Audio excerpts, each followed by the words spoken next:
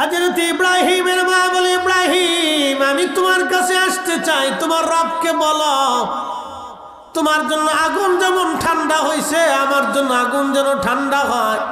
ইমাম ইবনে কাসির আল বেদায়ের মধ্যে লেখেন, আল্লাহ কি ইব্রাহিম ডাক দিয়ে বলেন, রাব্বি আমার মা আসতে চায়। আল্লাহ অনুমতি দিলেন।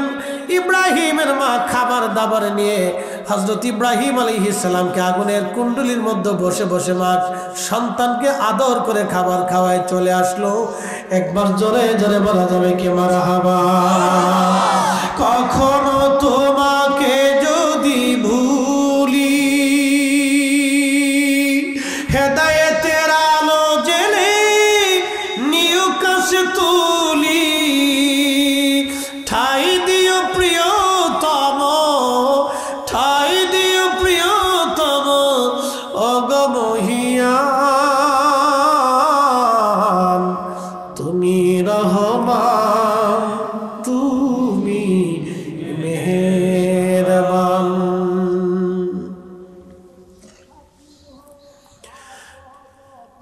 ওটা কি হয়? মাহফিল হইতেছে? আচ্ছা আচ্ছা। এ কত দূর এখান থেকে? আচ্ছা আচ্ছা, কাছাকাছি তো।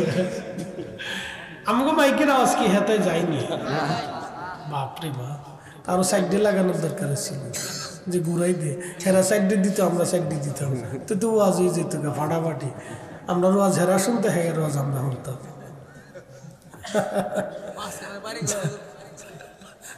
আল্লাহর ইচ্ছা সব একসাথে জোরে বলি তো আল্লাহু আকবার। আবু মুসলিম আল খাওলামি সুদূর ইয়ামান থেকে রওনা করলেন মদিনার পানে। হযরত ওমর দাঁড়ায় থাকে, কখন আসবে আসবে আসবে, অপেক্ষা করতে করতে করতে করতে একদিন দেখে আবু মুসলিম আল খাওলামি আসে। হযরত ওমর দাঁড়ানো, আহলান সালাম দেওয়ার জন্য হযরত ওমর কাছে আসার পরে বুকের মধ্যে জড়িয়ে ধরে আদর করলেন, চুমা খাইলেন আর বললেন, আবু মুসলিম তুমি এই উম্মতের ইব্রাহিম, ইব্রাহিম। একবার জোরে বলা যাবে কি মারহাবা। বলেন আল্লাহ আছে না নাই? আমাদের নবী হক না বেহক? একবারে বাস্তব তাজা ঘটনা, তাজা, লক্ষ লক্ষ মানুষ এই ঘটনার সাক্ষী। তাজা ঘটনা, একবারে তাজা ঘটনা সাহাবীদের জমানায়। কে বলছে সাহাবীদের জমানায় কারামত ছিল না? বেটা কিতাবই তো পড়ে না। ঠিক কি কথা কর না কেন? মুসলমান শামুন বাইজিদ বুস্তামি আগুনের মধ্যে হাত দিয়ে বসা, আগুন জ্বলে, বাইজিদ বুস্তামি জ্বলে না। দীর্ঘ সময় পরে অলিকুল শিরোমণি বাইজিদ বুস্তামি রহিমাহুল্লাহ হাত বের করে নিয়ে আসলেন। শামুন দেখো, তুমি এবার আগুনের মধ্যে হাত দাও। শামুন বললেন, বাইজিদ এত বছর ধরে আগুনের সামনে সেজদায় পড়ে থাকি, একটা বারের জন্য আগুন আমাকে খাতির করবে না? তুমি এমন কি করলা বাইজিদ, আগুন তোমারে পোড়ানোর সাহস করলো না?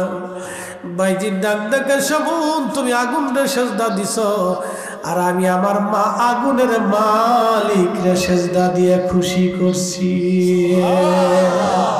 তুমি যদি আগুনকে খুশি রাজি করতে চাও, বাধ্য করতে চাও শামুন, তাহলে আগুনের পূজারি না হইয়া আমার মালিক আমার আল্লাহকে মেনে সেজদা দাও। জায়গা মতো মানলে কাজ হবে, আজারে বাজারে মাইনে কোনো লাভ হবে না। এই জন্য আমরা সুন্নিরাও জানি, নবী মানলে আল্লাহ মানা হয়। কথা বল না কেন? নবী মানলে আল্লাহ। আবু বকর সিদ্দিক আগে নবী দেখছে, আম্মা জান খাদিজা আগে নবী দেখছে, হযরত বেলাল আগে নবী দেখছে, হযরত সুমাইয়া রাদিয়াল্লাহু আনহা নবী দেখছে, ইয়াসার নবী দেখেছে, আবু যর গিফারি নবী দেখেছে। ১৬ লক্ষ সাহাবী আগে নবী দেখা তারপরে কালেমা আনছে। আর নবী দেখে আল্লাহ চিনেছে, আগে তারা আল্লাহ দেখে নবী চিনে নাই। তারা আল্লাহ আছে এটা জানতো না, আমার নবী দেখে তারা আল্লাহ মেনেছে, আল্লাহ চিনেছে। কথা বলেন ঠিক কিনা? মনোযোগ দিয়েন। হযরত আব্দুল্লাহ ইবনে মাসউদ তখন বালক, আল্লাহর নবী এবং আবু বকর দুইজন পাথুরি রাস্তা, মরুভূমি পাহাড়ি রাস্তা দিয়ে হেঁটে হেঁটে যেতে যেতে ক্লান্ত হয়ে গেলেন, পানির তৃষ্ণা লেগে গেল। এবছর যারা হজে গেছে তারা জানে হজ কি জিনিস। এরকম এক একটা বোতল 10 মিনিট পর পর খাইছি, তারপরেও কলিজায় পানির ঠান্ডা মিটে না। তাই এরকম নর্মাল পানি খাই নাই, বরফ দেওয়া দেওয়া পানি, ফ্রিজিং করা পানি খাইছি, তারপরেও কলিজা ঠান্ডা হয় না। আরাফা থেকে যখন হাঁটা শুরু করবেন, মুজদালিফা হয়ে মিনা হয়ে জামারাত হয়ে হেরেমে আসবেন, সেই দিন বুঝবেন হজ কারে কয়। আমার চোখের সামনে আরাফাতে এক মিশরি হাজি ছটফট করে মারা গেল প্রচন্ড গরমে, হিট স্ট্রোকে। হজ কারে কয় বোঝা যায় গরমে হেঁটে হেঁটে হজ করলে, আর আরামে হজ করলে হজ করা যাবে, কিন্তু হজের গুরুত্ব বুঝবেন না। এই জন্য বুড়াকালে হজের চাইতে জোয়ানকালে হজ করা ভালো।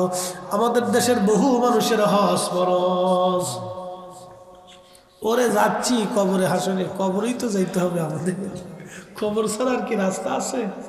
কবর ছাড়া রাস্তা নেই, ওখানেই যাওয়া লাগবে।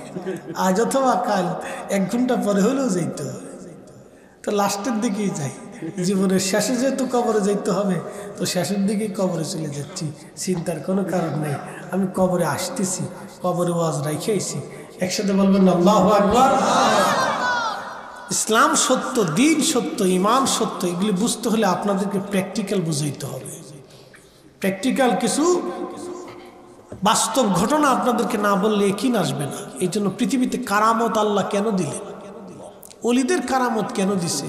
কারামত দিছেন হলো বাস্তব আল্লাহকে বুঝার জন্য। কথা ঠিক কিনা? আল্লাহ যে আছে কি করে বুঝবে?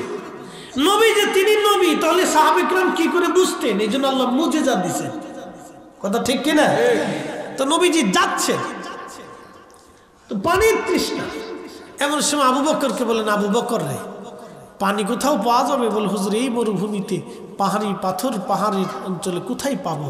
বলে দেখো কোনো রাখাল আছে কিনা, যদি ছাগলের পাল নিয়ে আসে তাহলে তার কাছ থেকে তো পানি পেলেও পাওয়া যেতে পারে। তো দেখতেছে একটা বালক অনেকগুলি ছাগল নিয়ে পাহাড়ি চর দিয়ে চড়ে বেড়াচ্ছে। তো পাহাড়ের কোনায় কোনায় কোনায় কোনায় আরবে দেখছেন ঘাস হয়, দেখতে মনে হয় যে মরা মরা ঘাস, কিন্তু ওটাই খায় ছাগলে, উটে, ছাগলে, ওগুলি খেয়ে খেয়ে বেঁচে থাকে। তো আল্লাহর নবী এবং আবু বকর দুইজন কাছে কাছে গেলেন, বালককে ডাক দিয়ে বলেন, বালক তোমার নাম কি? বলে আমার নাম আব্দুল্লাহ। নামটা শুনে নবী খুশি হয়ে গেলেন। আব্দুল্লাহ তোমার কাছে কি কোনো পানি আসেনি? আব্দুল্লাহ বলেন না, আমার কাছে কোনো পানি নাই। আব্দুল্লাহ যদি পানি না থাকে একটা কাজ করো, তোমার একটা ছাগল দহন করে আমাকে কিছু দুধ পান করাও, আমার অনেক বড় তৃষ্ণা লেগেছে, কলিজা শুকায় গেছে আমার। আব্দুল্লাহ আব্দুল্লাহ ইবনে মাসউদ এই উম্মতের সবচেয়ে বড় মুফতি সাহাবী ছিলেন তিনি।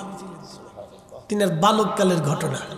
তো তিনি বলতেছেন, আমি তো তাকে চিনি নেই তখনও। আমি বললাম, আপনি কে? আপনাকে তো চিনি না, কিন্তু আমি তো ছাগলের মালিক না, মালিক তো আর একজন, তা আমি মালিকের অনুমতি ছাড়া আপনাকে দুধ দিতে পারি না। একসাথে বলবেন আল্লাহু আকবার। আমাদের বেডিরা স্বামীর অনুমতি ছাড়া ফুচকা খেয়ে বেড়ায়, শটপটি খেয়ে বেড়ায়। কি কথা কর না কেন? আস্তে কর, ধরে খান, পুলিশে ধরবে না, বেডিরা ধরে নিয়ে যাবে। কোনটা? স্বামীর অনুমতি ছাড়া মার্কেটে চলে যাচ্ছে, স্বামীর অনুমতি ছাড়া ফুচকা খেয়ে বেড়াচ্ছে, স্বামীর অনুমতি ছাড়া চটপটি খেয়ে বেড়াচ্ছে। বেটারা খুশি মনে নাম দিয়েছে বিসমিল্লাহ চটপটি হাউস। ব্যবসা ভালো, খুব ভালো, বিসমিল্লাহ চটপটি হাউস। বলতেছে আমি অনুমতি ছাড়া কি করে আপনাকে দুধ দেব? দিতে পারবো না। আল্লাহর নবীর চেহারা চকচক করতেছে, বড় আমানতদার ছেলে। আমাদের দেশে এরকম আমানতদার কোথায় পাবেন খুঁজে? হ্যাঁ, খুব মুশকিল। টাকা হাওলাত দিয়ে দেখেন, তারপরে বুঝবেন আমানত কারে কয়।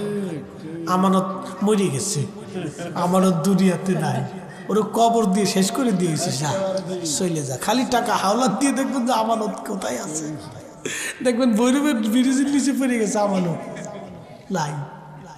আর দোকানে বাকি দিয়ে দেখবেন, তাহলে বুঝবেন যে আমানত কারে কয়। খালি বাকি দিবেন, দেখবেন যে আমানত কারে কয়। কত মুসলমান বাকি নিয়ে চলে যাবে আর জীবনে দেখাই করবে না। পরে দেখা করবানি তো কিয়ামতের ময়দানে হাল খাতা নিয়ে বসতে হবে, যে যা আছেন দিয়ে যান। কি কথা বল না কেন? যা পাবো আজকে দিয়ে যা। আমানত মরে গেছে। নবী বলছেন উম্মত ওয়াদাউল আমানা, কিয়ামতের একটা আলামত তোমরা শুনে যাও, আমানত নষ্ট হয়ে যাবে, আমানত মরে যাবে, আমানত ধ্বংস হয়ে যাবে। পৃথিবীর কোথাও তুমি আমানত পাবে না।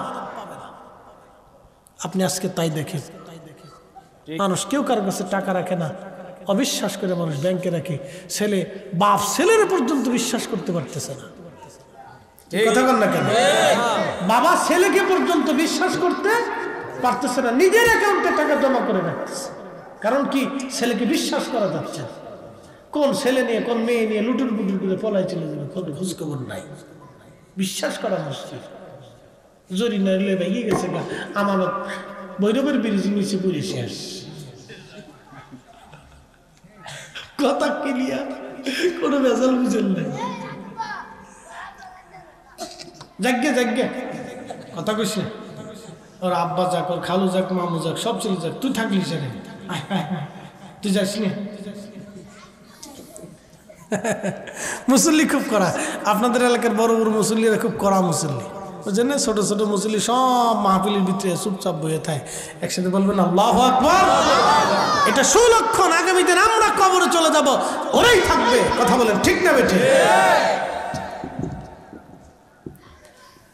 প্রিয় বেলাবাসী, মনোযোগ দিয়ে শুনে যাবেন। হাজিরিন, হযরত আব্দুল্লাহ ডাক দিয়ে বলতেছে, কে গো আপনি? দুধ দেওয়া যাবে না, আমি মালিকের অনুমতি ছাড়া দুধ দেব না। নবীজি বলেন, আব্দুল্লাহ রে বেটা, সুন্দর কথা বলেছ তুমি। যদি এই দুধওয়ালা ছাগল থেকে দুধ দহন করে তুমি না দাও, তাহলে যেই ছাগলের দুধ হয় না, যে ছাগলের বাচ্চা হয় নাই, ওই ছাগি আমাকে একটা দাও, আমি তার দুধ দহন করে দোয়াই খাবো। জোরে জোরে জোরে। তাহলে তোর তোমার আমানত নষ্ট হবে না। যে ছাগলের বাচ্চা হয় নাই, যে ছাগলের দুধ হয় নাই, তুমি ওই ছাগল আমাকে একটা দাও, আমি তার থেকে দুধ দহন করে নিই। তো নিলেই তো আর তোমার আমানতের খেয়ানত হচ্ছে না। তা তুমি আমাকে এরকম একটা ছাগল দাও না। আব্দুল্লাহ চিন্তা করে, এটা আবার কেমনে সম্ভব? ছাগল এখনো বাচ্চা দিল না, তার দুধ কেমনে হবে? আচ্ছা দিমু, তো ছোটটা বেচে দিই, ছোটটা বেচে দিই। তো ছোট একটা লুয়েছি। নবীজি ডাক দিয়ে বললেন, আবু বকর, খোলসালা একটা পাথর নিয়ে আসো। যে পাথরের ভিতরে খোলস আছে, গর্ত করা আছে, এমন একটা পাথর আনো। খুঁজে নিয়ে এসে কাপড় দিয়ে পরিষ্কার করে দেওয়ার পরে নবীজি ছাগল এনে দিলেন আব্দুল্লাহ ইবনে মাসউদ। আল্লাহর নবী তার রহমতের হাত ছাগলের ওলানের নিচে মেরে দিলেন। হাত বুলিয়ে দেওয়ার সঙ্গে সঙ্গে আল্লাহর পক্ষ থেকে ওলান নেমে আসলো। আল্লাহু আকবার। আরো জোরে বলেন আল্লাহু আকবার। তিনি নবী, কোনো সন্দেহ নাই। তিনি নবী, কোনো সন্দেহ নাই। আল্লাহ নবী বিসমিল্লাহ বলে টান দিলেন, দুধ নেমে এসে পুরা পাথরের খোলসে দুধ ভরে গেল। প্রিয় নবী নিজে পান করলেন।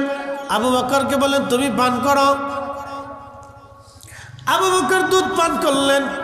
আব্দুল্লাহ ইবনে মাসউদকে দিয়ে বললেন, আব্দুল্লাহ এবার তোমার পালা, তুমি দুধ পান করো। আব্দুল্লাহ বলেন, আবু পেট ভরে দুধ পান করলাম। লক্ষ্য করে দেখি আমার নবীজি আবার ওলানের নিচে হাত মেরে দিলেন। ওলানটা আবার আগের জায়গা মতো একবারে মিশে গেল।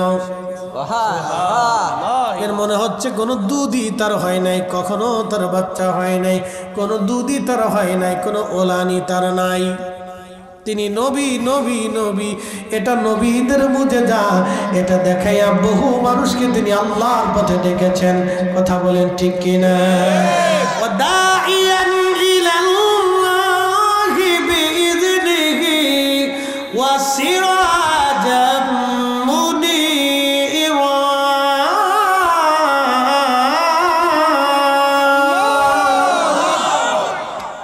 আল্লাহকে যে পাইতে চাই, হযরতকে ভালোবেসে, আরশ কুরসি লৌহ কলম না চাহিতে পেছে সে।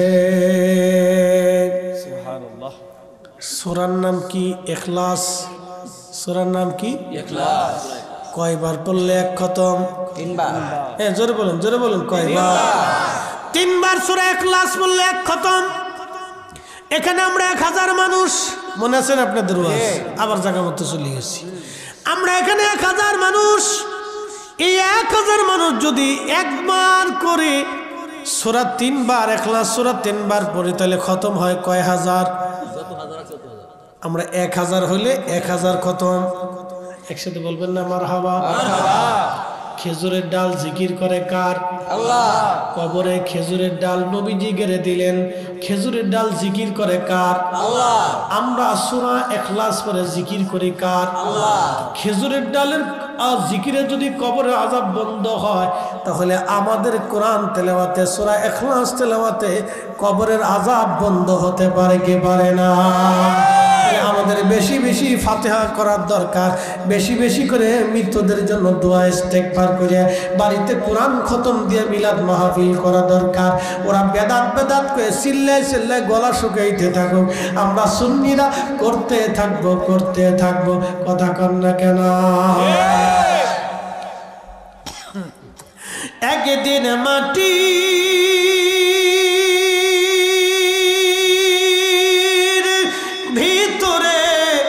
হবে ঘর রে, মন আমার কেন বান্ধু দালান ঘর, মন আমার কেন বান্ধু দালান ঘর।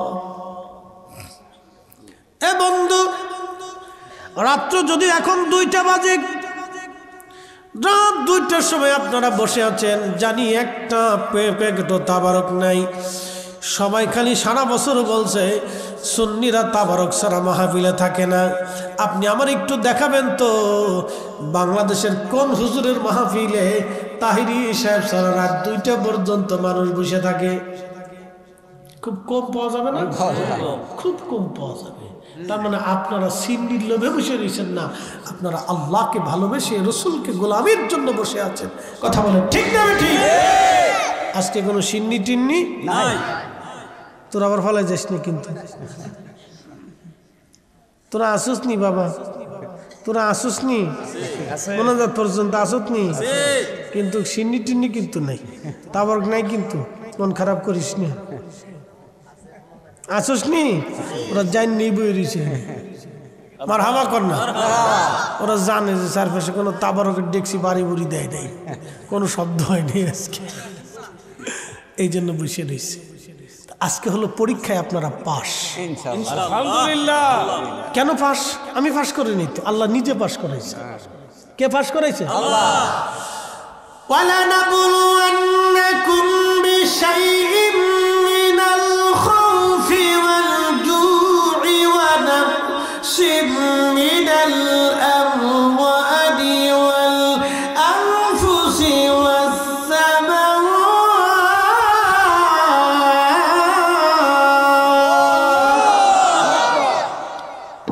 রাত 2টার সময় ওয়াজ করতেছি, মনে হচ্ছে বাদশা ওয়াজ করতেছি। বেলাবার মানুষ শক্ত আছে, বোঝা যায়, মনে হচ্ছে বাদ এসা ওয়াজ করতেছি। ওয়ালানাবলুওয়ান্নাকুম বিশাইইম মিনাল খাউফি ওয়াল জু'।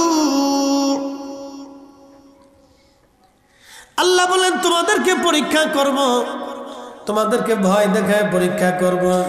অতিবৃষ্টি অনাবৃষ্টি ঝড় সাইক্লোন জীবনপাত শস্য শ্যামল নষ্ট করে তোমাদেরকে বিভিন্ন উপায়ে আমি আল্লাহ পরীক্ষা করব।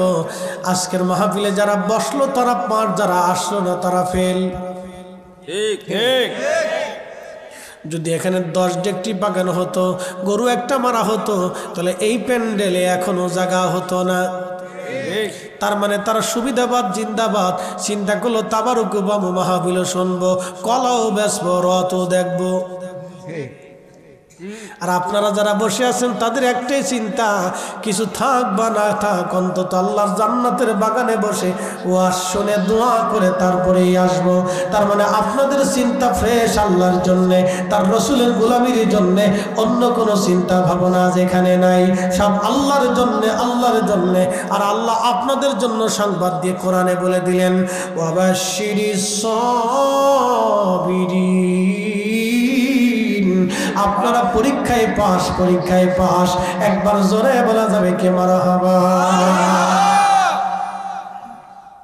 এই সবরকারীদের জন্য আল্লাহর পক্ষ থেকে সুসংবাদ, কিসের? ক্ষমা এবং জান্নাতের। ক্ষমা এবং জান্নাতের সুসংবাদ। আমরা চলে যাব কার কাছে? আল্লাহ। একসাথে বলেন, কার কাছে? আল্লাহ। এখানে 100 বছর বয়সী কেউ বেঁচে আছে এখন? 100 বছর বয়সী কেউ আছে? নাই। এর অর্থ হলো 100 বছর আগে যারা এই অঞ্চলে ছিল আজকে সবাই মাটির নিচে। 100 বছর পরে আমরা এখানে যারা বসে আছি সবাই কোন জায়গা? মাটির নিচে। এটা চিরসত্য, ইউনিভার্সাল ট্রুথ, ইউনিভার্সাল ট্রুথ, চিরন্তন সত্য। এটা ঠিক এটাই হবে, মাটির নিচে। নবীজি বললেন, সাহাবীরা রে, কবরের ভিতরে কঠিন আযাব হচ্ছে 2টা কারণে। একটা চগলখুরি করার জন্য। চগলখুরি বুঝছেন নি? একজনের দোষ আর একজনের কাছে বইলে বইলে ভেজাল বাড়ায়। আছে না এরকম কিছু মানুষ? আহা, অসুস্থ আত্মা। যারা বলেন কি আত্মা? অসুস্থ আত্মা। দেখবেন চার দোকানে বসলে, হেতা ভালো না, হেতার মেয়ে এমনি চলে, হেতার বউ এমনি চলে, হেতার মা এমনি চলে, হেতায় নিজে এমনি চলে, হেতা এটা করে, হেতা সেতা করে, সব ভালো খালি নিজে। আসেন এরকম কিছু না? বিরাট বড় বুজুর্গ আলাইহিস সালাতু ওয়াস সালাম। কি কথা বল না কেন? এখন হুজুর র‍্যাঙ্ক বাড়ছে মসজিদ পর্যন্ত বর্তমানে। আমি একদিন ওয়াজ করতে গেছি গোপালগঞ্জ। কোন গঞ্জ? গোপালগঞ্জ। ওই শেখ হাসিনার বাড়ি থানা জানো? ভুলে গেছি। টুঙ্গিপাড়াত গেছি মাহফিল করার জন্য। বিশ্বাস করেন আমি ওয়াজ করতেছি বেশ অনেক আগে। আমি কামিল তখন ফারিগ হয়েছি। তুই এলাকা তো গাইডে সুন্নি বেশি। তা আমরা কিছু পীর ভাইরা মাহফিলের ইন্তজাম করছে, বিরাট আয়োজন। এরকম লোকজন বেড়াই, মহিলা পুরুষ দিয়ে 1000 খানিক লোক হবে। তো পুরুষ মানুষরা বসে বসে ওয়াজ শুনতেছে, আর মহিলারা ভিতরের বাইরে বসে, বাড়িতে বসে বসে ওয়াজ শুনতেছে। প্রজেক্ট তখন কিছু নাই, এত আমদানি সামদানি ক্যামেরা ট্যামেরা কিছু হয়েছে না তখন তো আমি ওয়াজ করি। তো ওয়াজ করতেছি এক ভদ্রলোক, এক আলেম, আল্লাহ মাফ করুক, সে ভাইটা দাঁড়ায় বললো, হুজুর একটা কথা বলে। কি কথা বলেন? তো বলতেছে পর্দা করা কি? তা আমি বললাম, আপনি আলেম জানেন না, পর্দা করা তো ফরজ। তা কই যে বাইরে ভিতরে মহিলারা এসে বাইরে বসে, ওখানে বসে, ঘরের আনাসে কানাসে উঠানে বসে ওয়াজ শুনতেছে, এটা কি পর্দার খেলাপ না? দেখেন কোন জায়গায় হাত দিছে। তার উদ্দেশ্য হলো আমার অপমান করা, উদ্দেশ্য ভালো না। তো ভিতর থেকে আরেকজন মুরব্বী দাঁড়াকে, এই বেটা থাম, মৌলবী বিরাট বড় হয়েছে, তোমার মায়ের দুধ পিচ্ছে বেড়াইছে, হে থাকো না। গেছে না ইজ্জত? আরেকজনের দ্বারা খাই বেটা থাম, আমরা এতগুলি পুরুষ এইখানে বসে রয়েছি, আমরা নজর বেডিকার দিকে যাই না, তুমি হুজুর মানুষ এই বেডিকার দিকে নজর গেল কে? কি কথা বল না হয়েছে না? আর একটু আরো পার্সেন্ট হয়ে গেছে। আর আমার আর কথা করার দরকার আছে? আমি চুপচাপ বেরিয়েছি। তো কার বউ কেমনে যায়, কার মেয়ে কেমনে যায়, হেতা চার দোকানে বইয়ে বইয়ে ফেসাল পারে, তার মানে তার চোখ ভালো না, হেতা নিজেই খারাপ, শয়তানের খেলা তো ভাই। কথা বল না ঠিক কিনা? অসুস্থ। যারা বলেন কি অসুস্থ? সার্টিফিকেট দিয়ে দিলাম অসুস্থ। প্রিয় উপস্থিতি, মনোযোগ দিবেন। চগলখড়ির কারণে কবরের মধ্যে কঠিন আযাব হবে। আরেকটা আযাব হবে কবরের মধ্যে পেশাব করার পরে ঢিলা কুলুপ ব্যবহার না করলে। পায়খানা পেশাব করার পরে যারা ঢিলা কুলুপ করে না এবং পর্দা করে না, দেখবেন অনেকে আছে সেন্ডা খুলে সেলো মেশিন স্টার্ট করে দেয়। এই বলাবেন তোরা আসিস না, তোরা কিন্তু এই কোম্পানির 1 নম্বর সদস্য, খালি দাঁড়ায় দাঁড়ায় ঘুরায় ঘুরায় মতোস। একজন ঘুমায় পড়ছে বসে, আর কত জায়গায় থাকবো? এই দাঁড়ায় মতন না ফাটি হেতারা করে কি সেন্টারে খুলে ঘোরায় ঘোরায় ফাল্লা দিয়ে মুতে। কে কদ্দুর মুততে আরে? আসিস না বাবা, তোকে আমি কিন্তু ভালো করে চিনি। তোকার এই দলে আমরাও একসময় ছিলাম, হন তো না বুজুর্গ হয়েছি। এটা হলো ছোটকালের দুষ্টমি। আমি আমার এক নাতি, আল্লাহ ওরা আলেম বানাইছে, হাফেজ হয়েছে এবং মাওলানা পাস করছে। তা আমার এই চাস্তো ভাইয়ের হলো মেয়ের হলো ছেলে। তা আমার এই ফুফু বলতেছে, তুমি মাদ্রাসায় যাইতেছো, তা তোমার ফুফা আসো ওখানে, তোরে নিয়ে যাও। তা আমি মাদ্রাসায় দাখিলে পড়ি, তখন ক্লাস 8-এ না 9-এ পড়ি আর কি। তোরে ধরে নিয়ে গেলাম, চলো নাতি। নাতি দুজনে হাঁটতে হাঁটতে হাতে হাফ প্যান্ট পরে তখন মাদ্রাসা নিয়ে গেছে। আগে তো যে মাটি দিয়ে ঢিলা বানাইতো না, অত কত টিস্যু ফিসু হয়েছে, কত আরাম। আর আগে মাটি বাপরে বাপ, মাটি দিয়ে ঢিলা কুলুক করতাম। তা আমি চিন্তা করলাম যে আমি তো কুলুক করবো, তা নাতির একটু শিখিয়ে দিই। তা আমি একটা কুলুক লইছি, নাতির একটা দিয়ে বললাম নাতি কুলুক করা লাগবে। তা আচ্ছা করবো না। তা আমি একটা কুলুক নিয়ে এই পেশাব করিয়া একটু হাঁটাহাঁটি করতেছি, তখন দেখি নাতি সেন্ডা খুইলিয়া সেলো মেশিন স্টার্ট করছে। তা আমি দেখি দাঁড়ায় দাঁড়ায় সে মারতেছে। তো চিন্তা করলাম এখন যদি ধমক দিই তো পেশাব বন্ধ হয়ে যাবে, বিপদ না, ও তার দরকার নেই। চিন্তা করলাম ছাড়তেছে, ছেড়ে দিই। তো যাই হোক, তো কিছুক্ষণ পরে দেখি নাতি বাঁ মাত্রে এমনি আগায় ধরে রাখছে।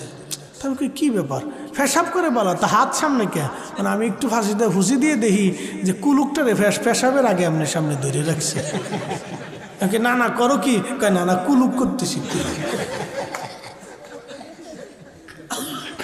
না কুলুক করি। আমি কি আরই ইজ্জত পেরিয়ে ফেলাইছি কুলুক করে। কুলুক করা রাসূল কারীমের এত বড় সুন্নাহ, ফরজ না, কিন্তু আপনি যদি না করেন কবরের ভিতরে সবচেয়ে কঠিন আযাব হবে। এই কারণে কুলুক করা যাবে নি? বলেন না, কুলুক করা যাবে? পেশাব করার পরে এই টিস্যু মিশু 2-4টা পকেটে রেখে দেবেন। পেশাব করার পরে কুলুক করবেন, পবিত্র থাকবেন, পাক থাকবেন। আল্লাহ কি পাক? জোরে বলেন, আল্লাহ কি পাক?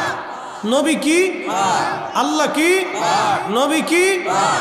আল্লাহ এবং তার রাসূল পাক ছাড়া কবুল করে না। মনে রেখেন, পাক ছাড়া তাদের কাছে কোনোটা মঞ্জুর হবে না।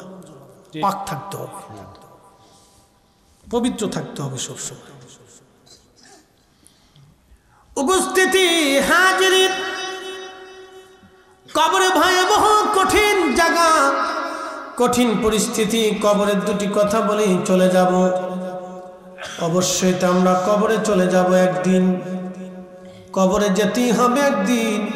কবর থেকে ছাড়া পাওয়ার আর কোনো রাস্তা আমাদের নেই। বেলাবাসী, আমাদের আগে বহু মানুষ কবরে চলে গেল। মানুষ যখন মারা যায় 24 ঘন্টা পরে পায়খানা রাস্তা দিয়ে তার শরীর থেকে পোকা বের হয়। অমানুষ, এই দেহ নিয়ে, স্বাস্থ্য নিয়ে আমাদের কোনো অহংকার নাই রে বাবাজি। মনে রাখবেন, সারা জীবন কত খাবার আমরা খাইছি দেহ তাজা করার জন্য, কিন্তু রুহু তাজা করার জন্য আমরা জিকিরও করলাম না, দুরুদও পড়লাম না, নামাজও পড়লাম না, রোজাও রাখলাম না, তাহাজ্জুদও পড়লাম না, আল্লাহর ইবাদতও করলাম না। আমরা রুহু তাজা করি নাই, খালি দেহ তাজা করছি, দেহ তাজা করছি, দেহ তাজা করছি। এই জন্য অলিরা দেহ মারিয়া রুহু তাজা করত, অলিরা দেহ মেরে রুহু তাজা করত। ঠিক কিনা? আমরা সারা জীবন শুধু দেহ তাজা করছি, ভালো ভালো খাবার খেয়েছি, পুষ্টিকর খাবার খেয়েছি। ডাক্তার বলে পুষ্টিকর খাবার খাবেন, ফল ফ্রুট খাবেন, তাজা তাজা শাকসবজি খাবেন, ছোট ছোট মাছ খাবেন, তেলের জিনিস খাবেন না, বাচ্চা কুচ্চা খাবেন, বাচ্চা কুচ্চা খাবেন। কেন খাবেন? শরীর ভালো থাকবো, তাজা থাকবো। আমরা দেহ তাজা করছি, কিন্তু রুহু তাজা করি নাই। আমাদের দেহ দিয়ে কি আল্লাহর কোনো কাজ আছে? না। রুহুর সাথে আল্লাহর কথা, আমাদের কথা হচ্ছে আল্লাহর রুহের সাথে। আপনাদের সামনে কথা বলতেছে রুহু, আমি না, আমার এই বডি না, এই রুহু কথা বলতেছে, ভিতরের জন কথা বলতেছে, উনি বলতেছে, উনি।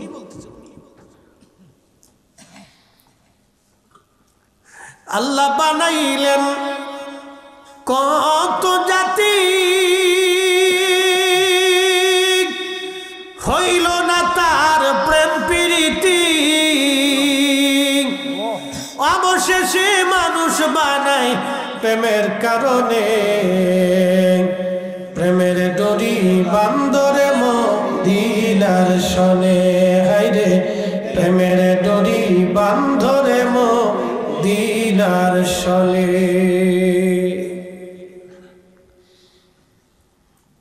হাজিরিন বেলাববাসী, কবরের দেশে বড় কঠিন জায়গা। আল্লাহ আল্লাহ আল্লাহ, দেহর ভিতর থেকে পচা দুর্গন্ধ বের হতে থাকবে মাত্র 24 ঘন্টায়। ছেলে বলেন, মেয়ে বলেন, আত্মীয় স্বজন বলেন, কেউ আপন হবে না সেই দিন।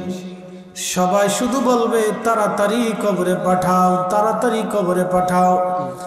আপনাকে যে চাদর দিয়ে, বিছানার চাদর দিয়ে ঢেকে রাখা হবে, আপনার সন্তানরা ওই বিছানার চাদর আর কোনোদিন বিছানায় পাতবে না, ভয় পাবে। বাবার মৃতদেহ এই চাদরের মধ্যে ছিল, এটা বিছানায় লাগানো যাবে না, এটা ঘরের এক কোণার ভিতরে রেখে দিবে, না হয় ফেলে দিবে। বাস্তবতা থেকে বুঝে যান, চির সত্য থেকে বলতেছি। আপনার এই গায়ের চাদরটা দিয়ে আপনাকে ঢেকে রাখবে, চাদরটা ছেলেরা হয় ফেলে দিবে, আর না হয় ধুয়ে আলমারির এক কোনায় ফেলে রাখবে। ওটা বিছনায় বিছাবে না, কোনো ছেলেও গায়ে দেবে না। ভয় পাবে যে বাবার মৃত দেহর সাথে চাদরটা লেগেছিল। কি চরম সত্য এটা। আপনার কেউ আপন না, অতএব আপন যিনি হবে তিনি আল্লাহ এবং তার নবী।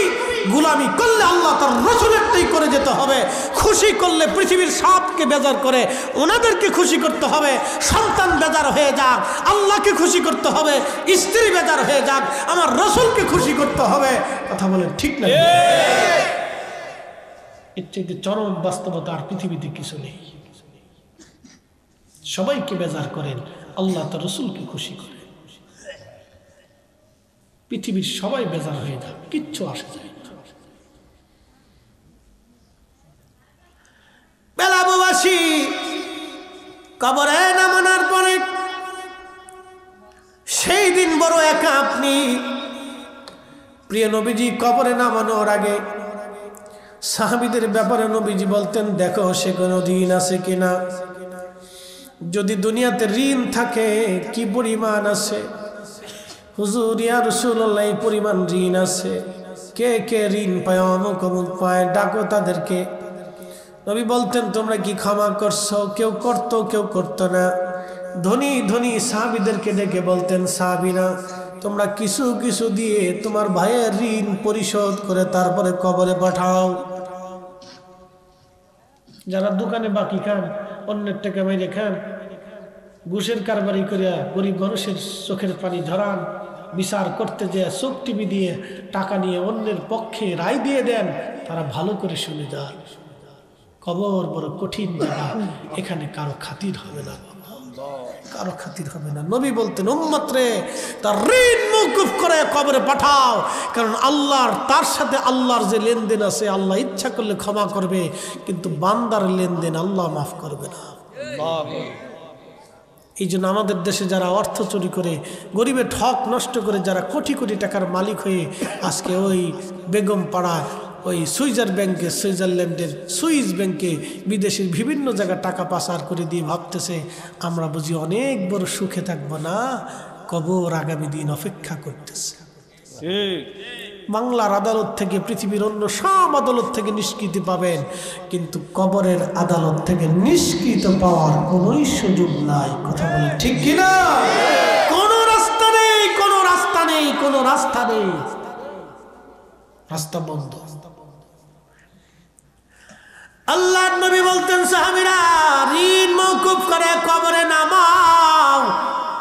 আমার কোন সাহাবীকে ঋণ দিয়ে কবরে নামায়ও না, আমার কোন উম্মতরে ঋণ দিয়ে কবরে নামায়ও না।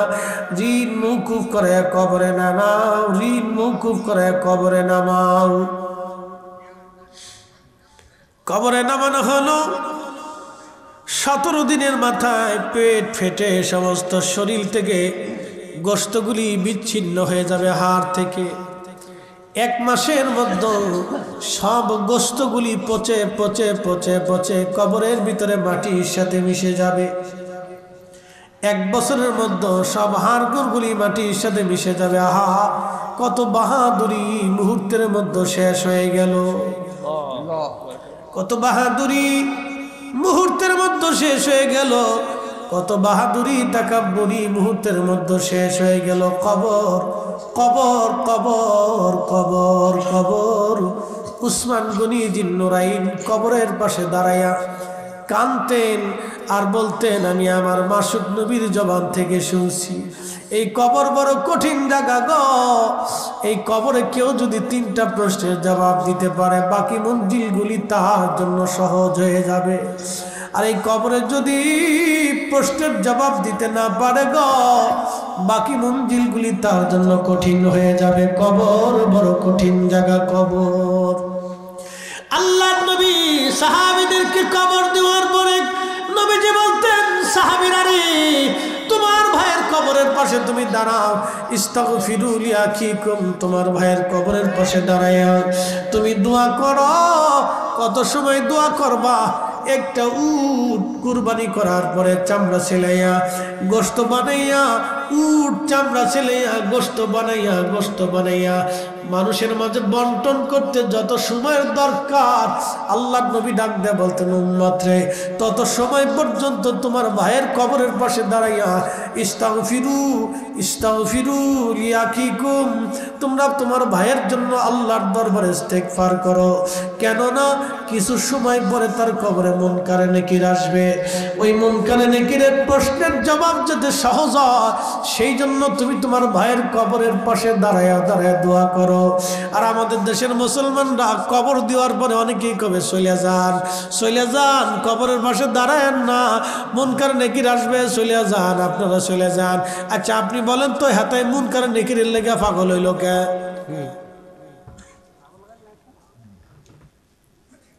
মুনকার নেকির লেগে হেতা পাগল হয়েছে কে?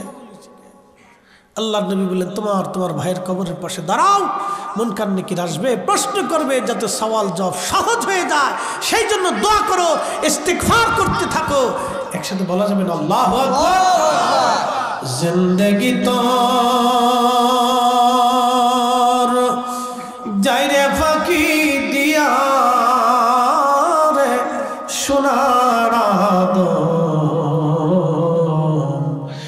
জিন্দেগি তোর যাই ফাঁকি দিয়া। ও আদম রে,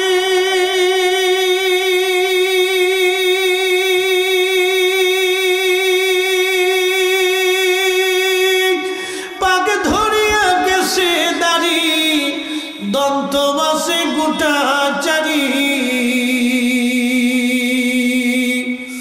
সমন জারি গিয়াছে করিয়া রে সোনার আদম, জিন্দেগি তো যাই ফাঁকি দিয়া, জিন্দেগি তোর যাই রে ফাঁকি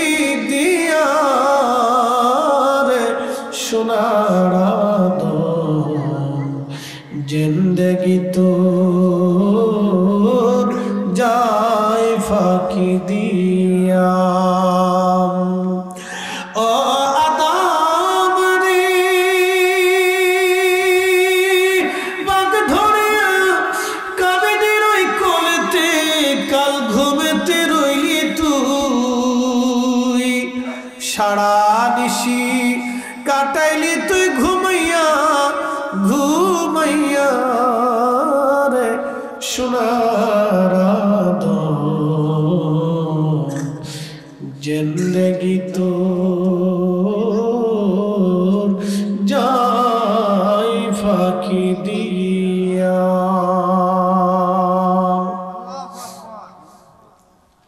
সময় একেবারে শেষ, আর লম্বা কথা বাড়াবো না। কবর বড় কঠিন, একদিন কবর থেকে আল্লাহ উঠাবে। ওয়াইদাল কুবুরু বুসিরাত, কবরগুলি যখন উদ্দোলিত হবে, কবর থেকে মানুষ উঠে হাসরের ময়দানের দিকে ধাবিত হতে থাকবে, দৌড়াইতে থাকবে। হাসরের মাঠের দিকে মানুষ দৌড়াইতে থাকবে। হাসরের মাঠের দিকে মানুষ দৌড়াইতে থাকবে। সেই দিন কত বড় হবে, সূর্যটা মাথা বরাবর আসবে 1.5 থেকে 2 কিলোমিটার মাত্র উপরে। বর্তমান যে সূর্য আপনি আকাশে দেখেন, এই সূর্যের উত্তাপ হলো 200 কোটি ডিগ্রি সেলসিয়াস। 200 কোটি ডিগ্রি সেলসিয়াস, মাত্র 13,000 ডিগ্রি সেলসিয়াস তাপমাত্রা। একটা লোহা গলে পানির মতো নরম হয়, একটা লোহা গলে পানির মতো নরম হয় 12 থেকে 13,000 ডিগ্রি সেলসিয়াস তাপমাত্রায়। সূর্যের উত্তাপ 200 কোটি ডিগ্রি সেলসিয়াস। পৃথিবীর 13 লক্ষ পৃথিবী এক জায়গায় করলে যত বড় হবে, একটা সূর্য হবে তত বড়। এই সূর্যের ভিতরে প্রত্যেক দিন ঘন্টায় 1 লক্ষ কিলোমিটার বেগে আগুনের ঝড় হতে থাকে। সূর্যের জ্বালানি আল্লাহর ফেরেশতারা দিতে থাকে, জ্বলতে থাকে। কোটি কোটি বছর ধরে সূর্যটাকে আল্লাহ জ্বালায় রাখলেন পৃথিবীতে আলো দেওয়ার জন্যে। যদি একটা 6 মাসের জন্য পৃথিবীতে আলো আল্লাহ বন্ধ করে দেন, পৃথিবীর এমন কোনো শক্তি নাই সূর্যটাকে আবার উঠায় দিবে। আমার মালিক আমার রব ওই সূর্যটাকে উঠায় দেন, আবার ডুবায় দেন, আমাদেরকে আলো দেন, আবার অন্ধকার দেন। রাত দিয়ে পৃথিবীটাকে নিরিবিলি বানাই আল্লাহ আপনার একটা ঘুম পাড়ান। এই সারা রাতের ঘুমের মাধ্যমে আপনার ক্লান্তি দূর হয়ে আবার সকালবেলা থেকে কাজের অনুপ্রেরণা আল্লাহ যোগায় দেন। আপনি যদি না ঘুমাইতেন, আল্লাহ আপনার অসুস্থ হয়ে পড়তেন, আপনি ব্রেন অসুস্থ হতো, শরীরের অসুস্থতা বাড়ত, আল্লাহ আপনার ঘুম পাড়াইয়া দেন। ঘুম নামক নিয়ামত আল্লাহ দিয়েছেন। এই সূর্যটাকে ডুবাই দিয়ে আল্লাহ আপনার ঘুমের জগতে নিয়ে গেলেন, আরাম দিয়ে দিলেন। ও বেলাপর মুসলমান, খুব মনোযোগ দিয়ে কথাগুলি শুনবেন। এই সূর্যটা 200 কোটি ডিগ্রি সেলসিয়াস তাপমাত্রা। আর শামসু ওয়াল কমারু বিহুসবান, আল্লাহ বলেন এই সূর্য এবং চাঁদ আমি আল্লাহর নির্দিষ্ট কক্ষপথে চলতে থাকে। চাঁদ সূর্যের কক্ষপথে যায় না, সূর্য চাঁদের কক্ষপথে আসে না। যার যার ঠিকানায়, যার যার পথে নির্দিষ্ট স্থানে সেই সেই চলতে থাকে। আসতে হয়ে গেল না, জোরে বলবেন। যার যার পথে সেই সেই চলতে থাকে, কেউ কারো পথে যায় না। সূর্য আল্লাহর আইন মেনে চলে। আল্লাহ যতটুকুন আলো দিতে বলে আলো ততটুকুনি হয়। সূর্য যখন বেশি পরিমাণে উত্তপ্ত হয়, আমার আল্লাহ পাকের রহমতের ফেরেশতারা সূর্যের উপরে বরফ নিক্ষেপ করে করে সূর্যটাকে আমার আল্লাহ ঠান্ডা ঠান্ডা বানিয়ে দেয়। একবার জোরে বলা যাবে কি আল্লাহু আকবার। মুসলমান, খুব মনোযোগ দিয়ে কথাগুলি শুনবেন বাবাজি। এই সূর্যটা হাসরের ময়দানে মাথার উপরে থাকবে। মানুষের শরীর পুড়ে যাবে না, ঝলসে যাবে না, ধ্বংস হয়ে যাবে না। আল্লাহ হাসরের ময়দানে মানুষের শরীরের চামড়া ওইভাবেই বানাবে, কিন্তু প্রচন্ড উত্তাপে গরমে ঘাম বেড়ায় বেড়ায় বেড়ায় বেড়ায় একবারে কারো বুক পর্যন্ত, কারো থুতনি পর্যন্ত একবারে ঘামে ডুবে যাবে। এত পরিমাণে উত্তপ্ত গরম, মানুষের তৃষ্ণায় জিহ্বা বের হয়ে কুকুরের জিহ্বার মতো ঝুলতে থাকবে। হাউজে কাউসারের পানি ছাড়া আর কোনো পানি সেই দিন থাকবে না। ইন্না আ'তাইনাকাল কাউসার, নবী গো আমি আল্লাহ আপনাকে হাউজে কাউসারের মালিকানা বানাই দিলাম। উম্মতকে জানাই দেন ফাসাল্লি রাব্বিকা ওয়ানহার। হাউজে কাউসার যদি পাইতে হয় উম্মতকে বলেন নামাজে দাঁড়াইতে হবে, উম্মতকে বলেন রাহিলিল্লাহ আল্লাহর জন্য কুরবানি করতে হবে। একবার জোরে বলা যাবে কি ইয়া রাসূলুল্লাহ? বুঝতে কি অসুবিধা হয়? কি পড়া লাগবে? নামাজ। জোরে বলেন কি পড়া লাগবে? ওই দিন হাউজে কাউসারের পানি পেতে হলে কি করতে হবে? নামাজে দাঁড়াইতে হবে। নামাজে নামাজে নামাজে দাঁড়াইতে হবে। আল্লাহ নবী ডাক দিয়ে বললেন সাহাবীরা রে, হাউজে কাউসারের পানি মধুর চাইতে মিষ্টি হবে, দুধের চাইতে সাদা হবে, বরফের চাইতে ঠান্ডা হবে। আমি একদিন খুব চিন্তা করলাম, আল্লাহ বরফের চাইতে নবী ঠান্ডা বললেন কেন? আল্লাহ ওই দিন ঠান্ডা পানি খাওয়ানোর কি দরকার? এবছর হজে যায় বুঝছি ঠান্ডা পানি কেন দরকার। হজে যায় বুঝছি, বলে কারণ কি? প্রচন্ড গরম। আল্লাহ বিশ্বাস করে আমরা আগের দিন সন্ধ্যাবেলা রওনা দিছি আরাফা থেকে মুজদালিফায়। মুজদালিফায় হেঁটে হেঁটে হেঁটে হেঁটে আসতেছি, তখন রাত। বাপরে বাপ, সেই রাতেও একটার পর একটা পানি। আচ্ছা মুজদালিফায় আসলাম, রাত্রি কিছু সময় যাপন করলাম এখানে, এশা এবং মাগরিব একসাথে আদায় করলাম। মুজদালিফায় ফজরের নামাজ পড়ে আবার রওনা করলাম, হেঁটে হেঁটে হেঁটে হেঁটে হেঁটে হেঁটে হেঁটে হেঁটে মিনার পাশ দিয়ে জমারাতে আসলাম শয়তানরে পাথর মারার লেগে। একসাথে বলবেন আল্লাহু আকবার। কারে পাথর মারবো? শয়তানরে। সবাই খুব জলুস নিয়ে হাইটে আসতে, পার চলে না, পার চলে না। একটার পর একটা পানি, একটার পর একটা পানি। এরপরে সূর্য উঠতে লাগলো। আরবের সূর্য তো বুঝতেই পারতেছে, যত উড়ে তত তাপ, যত উড়ে তত তাপ। শয়তানরে পাথর টাথর মাইরে যখন আসলাম, তখন তার কোনো গাড়ি নেই, হাইটে আসতে হবে হেরে। আবার হাঁটা শুরু করলাম। বাপরে বাপ, যত উড়ে তত তাপ, যত উড়ে তত তাপ। হাঁটতে হাঁটতে হাঁটতে হাঁটতে হাঁটতে হাঁটতে হেরে আসলাম। একটার পর একটা পানি, একটার পর একটা পানি। তখন বুঝছি যে ঠান্ডা পানি কেন দরকার। আল্লাহ কেন হাউজে কাউসারের পানিটাকে ঠান্ডার কথা বলেন নবীজি, যে বরফের চাইতে বেশি ঠান্ডা হবে সেই পানি কেন? হাসরের ময়দানে মানুষের কলিজা শুকিয়ে যাবে, তখন এই বরফের মতো ঠান্ডা পানি খাওয়ার সাথে নবী বলেন আমি এক পেয়ালা হাউজে কাউসারের পানি পান করাই দিব, জান্নাতে যাওয়ার আগ পর্যন্ত পানি তৃষ্ণাই আসবে না। সুবহানাল্লাহ।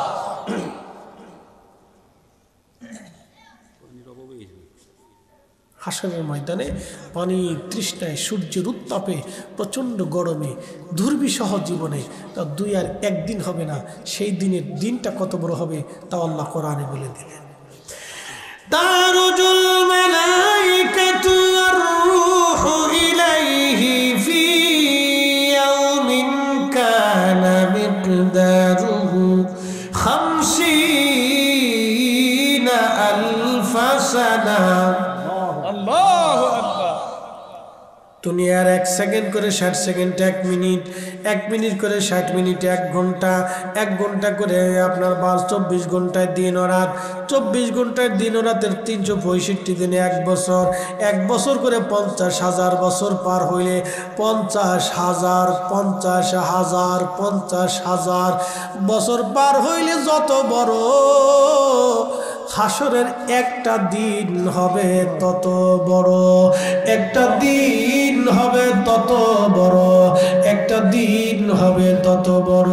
উপায় নাই রে, উপায় নাই রে, উপায় নাই, উপায় নাই রে, উপায় নাই রে, উপায় নাই। দয়াল নবীর চরণ ভিনে উপায় নাই